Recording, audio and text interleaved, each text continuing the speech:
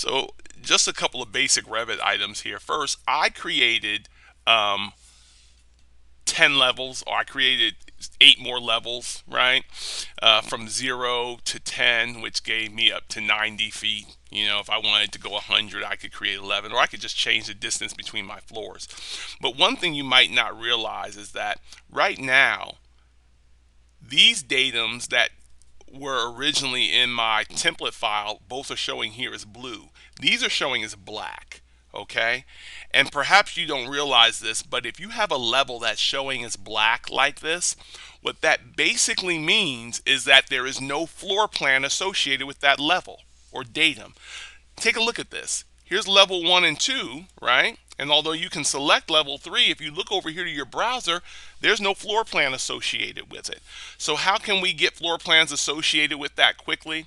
Well, if I was to select all of these, right, it wouldn't show me anything. But if I went over here to view and I went to plan views and said floor plan, it says here are plans which don't have plans associated with them. So if I just hit Control A, it doesn't select everything like normal, but if I hold down Control and select them, it selects them all. Okay. I can even edit the type to put certain information to be associated with that floor plan as far as annotation is concerned. We won't worry about that now, but watch what happens when I hit OK. Once I hit OK and go back, now all of these datums are blue. Okay, just some FYI sort of information for you. So that helps me because as I go into this next view, now I have several planes that I can now do some massing on and perhaps do something interesting. So why don't you try this, okay? What if I went in and I went to massing in site and I clicked on the in place mass feature, and again it's mass 1 for me because I've been deleting mine. You're keeping yours. And let's say I made the bottom of my building a circle, right? The bottom of it's round, and I'm going to make it a diameter. I'll make this building about, I don't know, 70 feet in diameter, right? That's kind of pushing the envelope there, right? Maybe I'll make it a little smaller. Maybe I'll make it 50 feet just for argument's sake. Now, what if I wanted to go to another level and place something so I can do somewhat of an interesting blend? Well, maybe I want to make this, maybe this is kind of my bloom building, and maybe I say, hey, I think I have an idea. What if I took this circle and I copied this same circle up 3 different levels, okay? I'm going to say over here, copy the clipboard, then I'm going to paste, remember this, align to selected levels. I'm going to put it on level 5, right? And I'm going to hold down Control and click level 10 and say OK. And now I've got those. Now I'm going to take this one and I'm going to change that diameter to maybe something like 25, right? And then I'm going to take this one at the top and change it to something like, I don't know, maybe 15. Whoops, 15. Okay.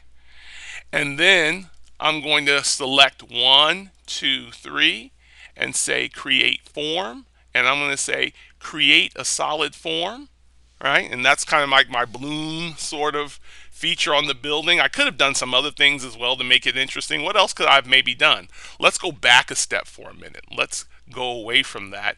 And let's say that maybe at the top of this, instead of that circle, maybe if I went in here and I put a rectangle, right? And where would I put this rectangle? I try and put it in the middle there. What if I went to snap center? Can I snap to the center of that? It doesn't seem so. What do I need to do? If I want to draw now up on level 10, and we'll go to, there we are at level 10, right? If I want to change that or go to level 10, what can I do? I can say, let's set the work plane. And so I'll set it to level 10. And then once I set it to level 10, now I'm drawing on level 10. That's important, not only to set it, but to show it as well. And let's see if I can snap to the center. Now I can snap to the center, but that's not exactly in the center, is it?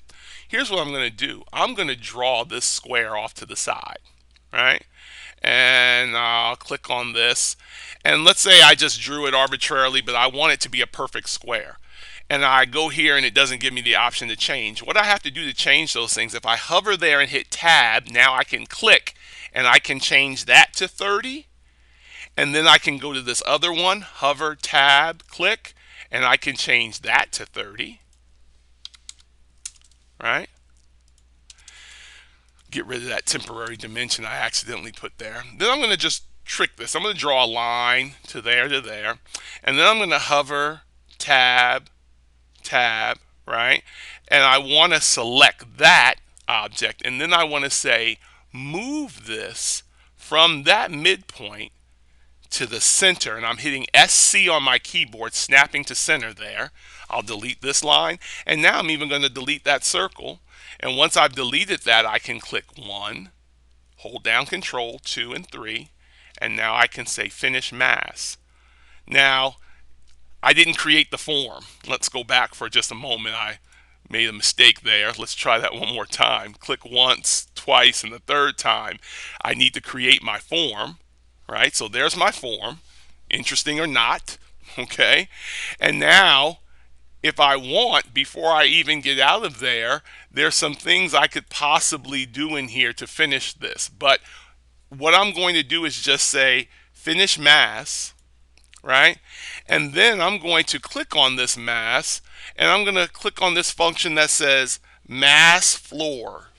And I'm going to click this, and it's going to say, where do you want floors? And which floor do you want, right? I'm just going to say 1, 2, 3, 4, all the way to 10, okay? Except 10 could possibly be a roof, so I don't want to put a floor there for right now. I'm going to hit OK, and now notice it changed each one of those. It placed a floor on every level. And what floor did it place?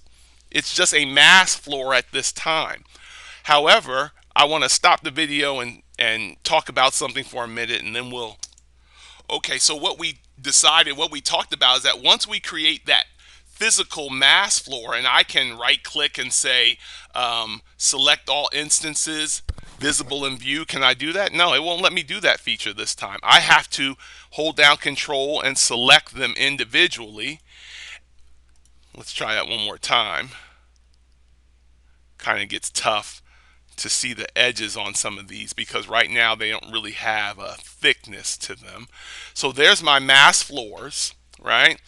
And now if I want to create something there, I say give me a mask floor, right? And it says select those floors again, and I'll just select the top few like I had selected, and then I'll say create floors, and what it turned that floor into was the default floor that I had selected, but now notice I can change it to whatever floor I want, right? And so now I'm able to add that particular floor of any type on there. If I want a wood floor, I can put a wood floor in there. I don't know that I would, but I can. So that's important because later when I go in here, now look what I have. I have the area and the volume of that concrete floor. And that's what my estimators can use to kind of figure out how much concrete is going into that particular level of the building. And they can do a proper estimate, okay? So what if I wanted to put a roof on here now? I can go over to the massing and site tabs and click on roof, and I can say select the face, and then I can go over here and say I want it to be steel truss insulation on metal deck EPDM, and then I can say create roof, and now there's my roof on the building.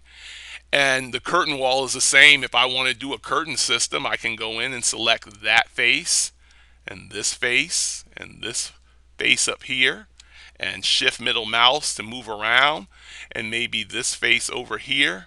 And then I haven't loaded another curtain system, people. There's more than just the 5x10.